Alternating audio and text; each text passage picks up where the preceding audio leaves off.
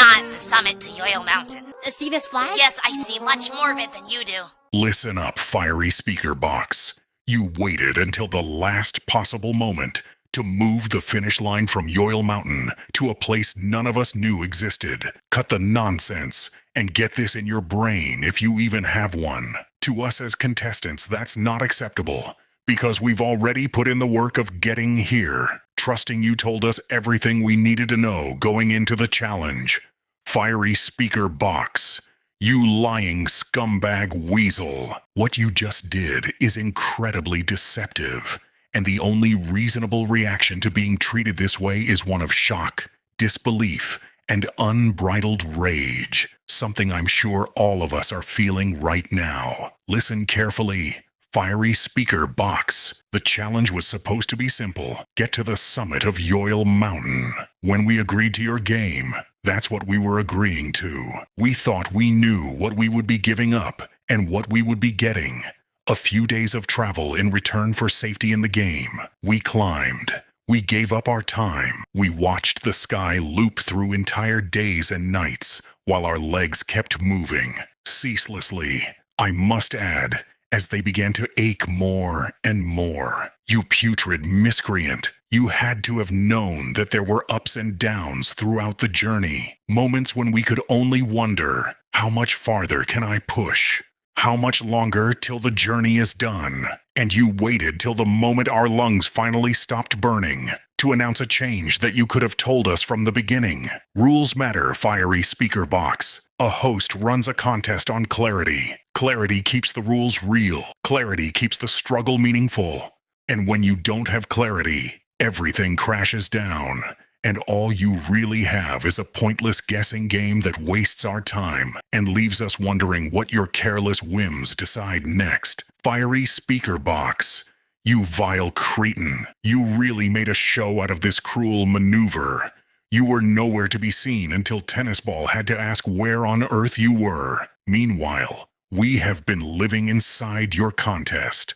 We dragged ourselves through Yoyle Land, through every unimaginable setback, through glue and monsters, panic and problem solving, all because your finish line meant something. Can I tell you what this lie we lived was like? Pencil got stuck. There were times we had to make excruciating decisions just to keep moving forward. And we did all of that under pressure, with other teams closing in, where every second counts. Then we finally reach a flag that says Summit, a flag you knew existed, a flag you allowed us to trust. For one short breath, we celebrate, and you take that breath away with this bombshell you treat like a punchline. Now let's talk about the way you said it. Yes, I see it. And I see much more of it than you do. The gall to say that with such superiority, such ostentation, while we were the ones who put in the hard work. It was a choice. You could have just said the finish line is up there. You could have given us a map from the start. You could have respected the meaning of the word summit enough to not make it a complete prank. But no, you chose a path that none of us will ever forgive. That's where the anger comes from. Fiery speaker box. It's the feeling of being strung along instead of guided. It comes from wondering how much knowledge you hid from us, and what you're still hiding. Most of all, it comes from realizing you saved your inaction, so you could savor our reaction. You enjoyed that scream, you misanthropic malefactor. You enjoyed it as our stomachs dropped, and our cortisol spiked. Fiery speaker box. We know you didn't come here to help. You came here for your sick kicks. Do you know what we gave up to get here? The freeze juice thrown, enemies thwarted, risks taken. We made ruthless decisions because your game demanded ruthlessness. And after all that, you snatched the finish line away with your voice and a laugh. That laugh won't be forgotten, fiery speaker box. Ha ha. As if our time is just comic material for you. As if the difference between winning and losing is just some sick joke. And hear this, FSB. When you call this tower much more of it, what Philistines do you make us out to be? We have eyes, you know. We can see how far that pole goes. You're talking about a tower that extends until the world turns to space, an obstacle course that by itself is a challenge and a half. Fiery speaker box. That's a literal second contest you piled on top of us, with no warning whatsoever. But that deceptive act isn't even the half of it. Words carry weight. When we say summit, that means one thing only: the peak of a mountain. It doesn't take a geologist to know a building is not that. A tower bolted to a mountain? That's something else entirely, fiery speaker box. You played fast and loose with those concepts. Yet you acted offended that we believed what you said. We can climb your tower. We will climb your tower. That part is easy to promise, since we've already proven we keep moving, even when the world makes no sense. Fiery speaker box. The part you should worry about is what happens after this. What tides befall us next? Listen. In a contest, trust is currency. Your rules spend it. Your announcements spend it. And your ha-has, they burn it fast. Once that trust runs thin, every future instruction turns to static. Every finish line becomes just a rumor. Every "I am here" lands like background noise, and not authority. So hear me clearly, fiery speaker box. Be honest. Give us the full truth before you ask us to pay with our time. Earn the scream. Earn the celebration. And earn the word summit. Because without that trust, your currency as a host becomes null and void. You want to know what your cruel stunt teaches us? It teaches us that you're not a host at all. You're an opportunist.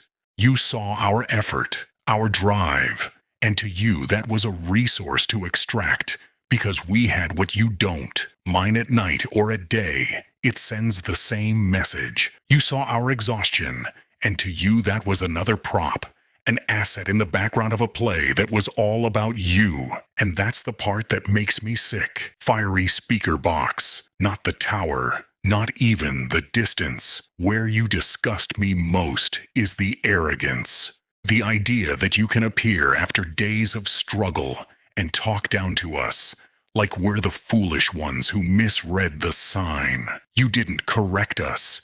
You didn't clarify. You ambushed us with information you hid, and then chuckled like you were proud of your own cruelty. Do you know what a competent host would have done? A competent host would have told us, the summit is just the first half. You also have to climb the tower. A competent host would have placed the terms where they belong, at the start, where contestants can actually make an informed choice. Who knows? They might have even agreed to it, but you didn't. It would have taken a few seconds to inform us, yet you couldn't even muster that. Instead, you disappeared. You left us to improvise a journey you designed to grind people down. You left us to claw over whatever the world threw at us, and the only reason we survived is because we refused to give up. You want to take credit for that resilience? Don't you dare. We survived despite you. Fiery speaker box. You are no host at all. You are not neutral. You are not merely the announcer. You are an active participant in our suffering. And if you keep proving that you can't be trusted with power, then you shouldn't be surprised when people start treating you like the obstacle you are. So once again, here's what happens next. We climb the tower. We do your obstacle course. We jump through your petty little hoops. We'll do it because we're stubborn, because we are capable, because we've already committed far too much to stop. But the meaning of it, the faith in the game, that's gone. And don't you misunderstand me, fiery speaker box.